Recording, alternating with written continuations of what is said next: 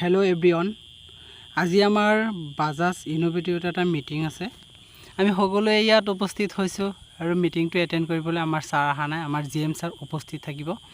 ইয়াত আমাৰ বাজাজ গগোৰ বিষয়ে আলোচনা কৰিম। আমাৰ বন্ধুসকল সব ইয়াতে আছে। আমাৰ বন্ধুসকল মানে আমাৰ ষ্টাফ যেহেতু আমাৰ বন্ধু সবে ইয়াত উপস্থিত আছে।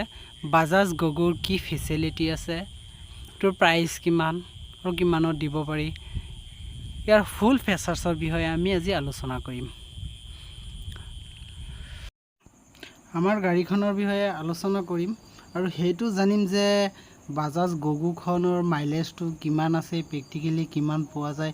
জিএম ছাৰে আমাক ভালকৈ বুজাই দিব। আমি কাস্টমাৰক গাড়ী বিকিছো, কিন্তু গাড়ীখন আৰিৰ সেম মডেল হয়, কিবা এটা ফেচিলিটি বেছি আছে। আৰু এটো যেহেতু আৰি বেটাৰীখনৰ আছিলে 8.9 কিলোৱাটৰ আৰু বাজাজ গগোৰ বেটাৰী আছে P5009 বেটাৰী আছে 9.2 কিলোৱাটৰ বেটাৰী। এটো আপোনাৰ কোম্পানী মতে হয়।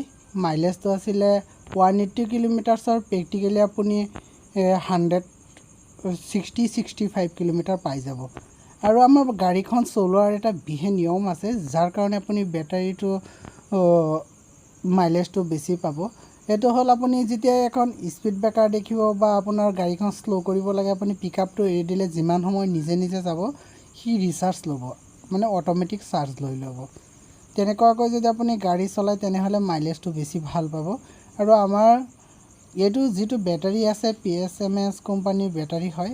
এই বেটাৰীটো পানীৰ তলতো যদি আপুনি আধা ঘণ্টা তিয়াই থয় তথাপিও একো বেয়া নহয়। আধা ঘণ্টা পিছতে অলপ ডিবিচ হ'ব। ছাৰে অলৰেডি আলোচনা কৰিলে আৰু আলোচনা কৰিলে আমাৰ মিটিঙো বন্ধ হ'ল। মাজৰখিনি অলপ দেখুৱা নাই, যেহেতু মিটিং আছিলে, সেইটো প্ৰাইভেট হয়, সেইকাৰণে দেখুৱা নাই। ঠিক আছে, আপোনালোকে যদি কোনোবাই গাড়ী ল'ব বিচাৰে তেনেহলে মোৰ নম্বৰত যোগাযোগ কৰিব। স্ক্ৰীনত নম্বৰটো দিয়া হৈ আছে। ধন্যবাদ।